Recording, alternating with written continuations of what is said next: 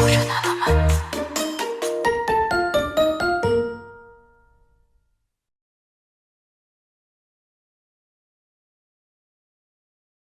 Ako po si Pastor Moises nga galing sa Negros. Ang Negros ay isang isla sa Pilipinas. Pinapunta ko ni Pastor Philip sa May 17. Tagal na po ang diabetes ko, pero wala ko maalagaan ng maayos. Dumating sa punto nga ang paa ko, sobrang na sakit, ang nabulok na.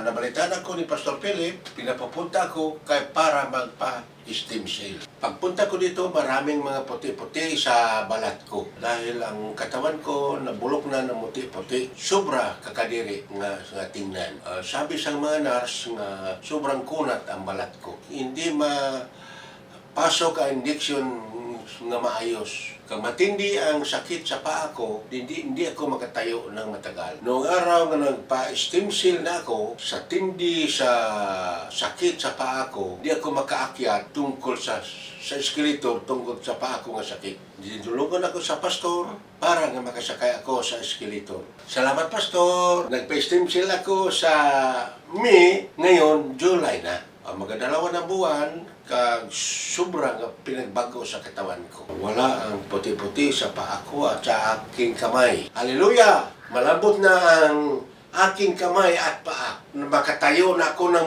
matagal. Lalo na sa worship, hindi ako makatayo sa tindi sa sakit sa paa ko. Makatayo na ako mahigit 30 minutes. Praise the Lord. Bago matapos ang interview, gusto ko nga magpasalamat sa among senior Pastor Philip. Panginoon at saka ni Pastor Philip, baka putol na pa ako. Makapangyarihan ang aking Panginoon magpakilan pa man. Amen. Hallelujah. Hallelujah. Praise the Lord.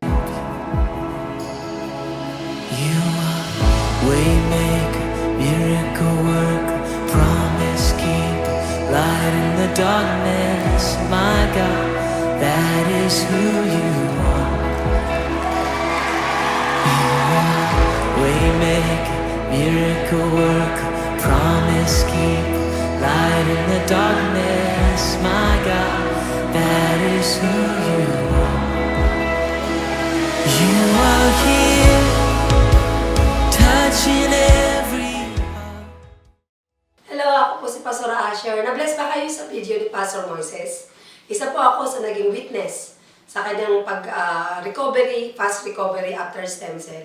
Na kasama po niya ako sa pagpa-blood chem at nagulat po talaga kaming lahat, lalo-lalo yung doktor na nag-check sa kanya sa medical city na lahat ng kanyang result ay normal, especially yung creatinine level, yung sugar level, yung cholesterol level niya, at yung urine, except yung hemoglobin niya na mababa. Pero don't worry kasi sabi ng doktor kahit walang supplement, okay lang.